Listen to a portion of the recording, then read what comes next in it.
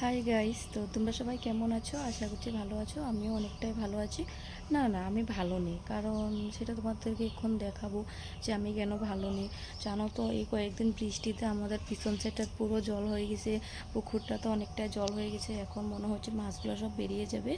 আর পিছন সাইডটা যে জল হয়েছে, আর মনে হচ্ছে একদিন বা এক রাত্র পুরো বৃষ্টি দিলে কি হবে, মানে রান্না করে জল ঢুকে যাবে, এরকম একটা অবস্থা হয়েছে। কি বলবো, চলো তোমাদেরকে দেখিয়ে দিই কী হয়েছে। আর এরকম জল দিলে, মানে এরকম জল হলে তারপরে কিভাবে থাকবো বলো তো? কতদিন পরে আমি কিভাবে থাকবো সেটাই চিন্তা করছি। এতদিন তো আমি খেয়ালই করিনি।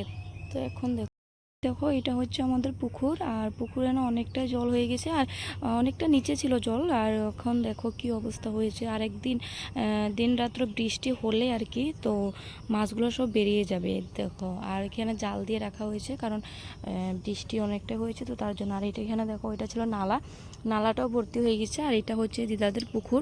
আর এটাতে মানে কি পার দেয়নি, তো পুকুর আর ইয়েতে মানে মাঠে পুরো লেভেল হয়ে গেছে। এখন যদি কেউ আসে বা এখানে দেখো, পড়েও যেতে পারে, মানে এতটা জল ঘাসে দিয়ে আসলে ওরা বুঝতেই পারবে না, ভাববে এটা মানে খেতে।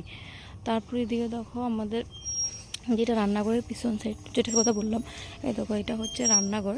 রান্নাঘরের পিছন সাইডে দেখো কচু বাগান, তো তার জন্য দেখা যাচ্ছে না কচু বাগানের জন্য, কিন্তু অনেকটাই জল হয়ে গেছে এদিকে, এদিকে পুরো জল দেখো। আমরা এবার কীভাবে থাকবো বলতে পারবো না। তো আর এক দুদিন বৃষ্টি হলে মনে হচ্ছে পুরো জল হয়ে যাবে। আর বৃষ্টি তো হবেই না, এখনও তো বৃষ্টির সিজন যায়নি, তার আগে এমন অবস্থা।